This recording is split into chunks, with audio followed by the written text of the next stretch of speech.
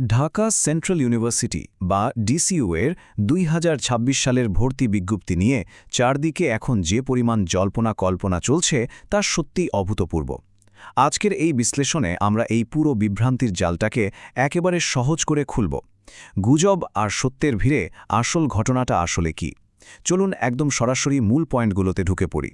আজকের এই আলোচনায় মূলত চারটি বিষয় থাকছে। প্রথমত, ভর্তি বিজ্ঞপ্তির এই দীর্ঘ বিলম্ব। দ্বিতীয়ত, অফিসিয়াল তথ্যের বিপরীতে আনঅফিসিয়াল কি আপডেট ভাসছে।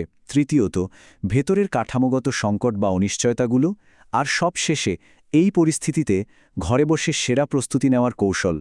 চলুন আমাদের ১ নম্বর বিভাগটি দিয়ে শুরু করা যাক, ভর্তি বিজ্ঞপ্তির বিলম্ব এবং বয়ে যাওয়া সময়। সত্যি বলতে এই মুহূর্তের সবচেয়ে বড় প্রশ্ন একটাই, যেটা লাখো ভর্তিচ্ছর মাথায় প্রতিনিয়ত ঘুরপাক খাচ্ছে।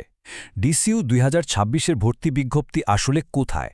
এটা যেন এখন একটা বিশাল রহস্যে পরিণত হয়েছে। একটু হিসাব করে দেখলে ব্যাপারটা পরিষ্কার হবে।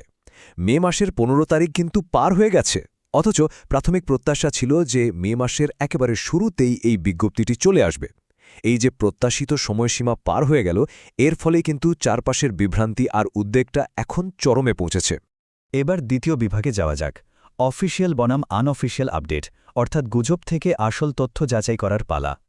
খেয়াল করার মতো বিষয় হল অফিসিয়াল পরিকল্পনা আর বর্তমান বাস্তবতার মধ্যে এখন একেবারে আকাশ-পাতাল তফাত। কালবেলা বা ডেইলি ক্যাম্পাসের মতো সংবাদ মাধ্যমগুলোতে উপাচার্যের যে অফিসিয়াল পরিকল্পনার কথা বলা হয়েছিল, সেখানে পরিষ্কার উল্লেখ ছিল মে মাসের শুরুতে বিজ্ঞপ্তি আসবে, জুনে পরীক্ষা হবে, আর মাত্র ২ মাসের মধ্যে পুরো ভর্তি প্রক্রিয়া শেষ করা হবে। কিন্তু কঠিন বাস্তবতা কি? মে মাসের মাঝামাঝি পেরিয়ে গেছে, অথচ বিজ্ঞপ্তির কোনো নামগন্ধও নেই। এরই মধ্যে অনলাইনে কিছু আনঅফিসিয়াল তথ্য বা লিক ব্যাপকভাবে ছড়িয়ে পড়েছে। সেগুলো বলছে আবেদনের শেষ সময় হতে পারে আনুমানিক জুনের ১০ তারিখের দিকে, আর বিজ্ঞপ্তি প্রকাশের ১ থেকে ২ দিনের মধ্যেই নাকি আবেদন শুরু হয়ে যাবে। ফিয়ের ব্যাপারটা গত বছরের মতোই থাকছে বলে শোনা যাচ্ছে। পাশাপাশি সেকেন্ড টাইমারদের জন্য সুযোগ থাকছে, তবে সেখানে নেগেটিভ মার্কিংয়ের একটা সম্ভাবনা আছে।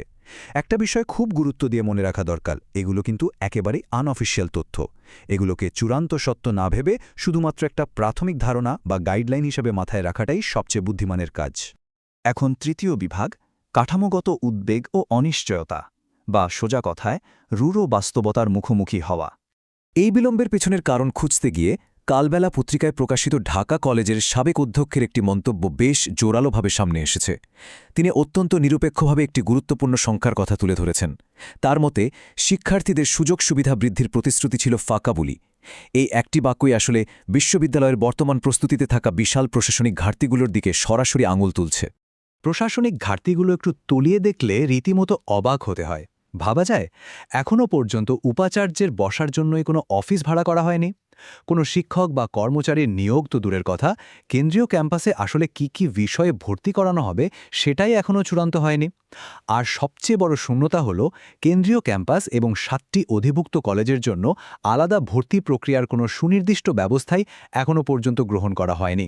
আর ঠিক এই জায়গাটিতেই সাবেক অধ্যক্ষের ওই সতর্কবার্তাটি অত্যন্ত প্রাসঙ্গিক হয়েছে। বর্তমানে সবচেয়ে জরুরি প্রয়োজন হল কেন্দ্রীয় ক্যাম্পাস এবং অধিভুক্ত ৭টি কলেজের ভর্তির মধ্যে পরিষ্কার পার্থক্য তৈরি করে এমন একটি সুস্পষ্ট বিজ্ঞপ্তি প্রকাশ করা। যদি দ্রুত এই সুস্পষ্ট নির্দেশিকা দেওয়া না হয়, তবে আশঙ্কা রয়েছে যে গত ব্যাচের মতো এবারও শিক্ষার্থীদের মাঝে চরম অসন্তোষ তৈরি হবে, যা হয়তো আবারও কোনো অনাকাঙ্ক্ষিত আন্দোলনের জন্ম দিতে পারে। এবার আমাদের শেষ এবং চতুর্থ বিভাগ, ঘরে বসে প্রস্তুতির কৌশল।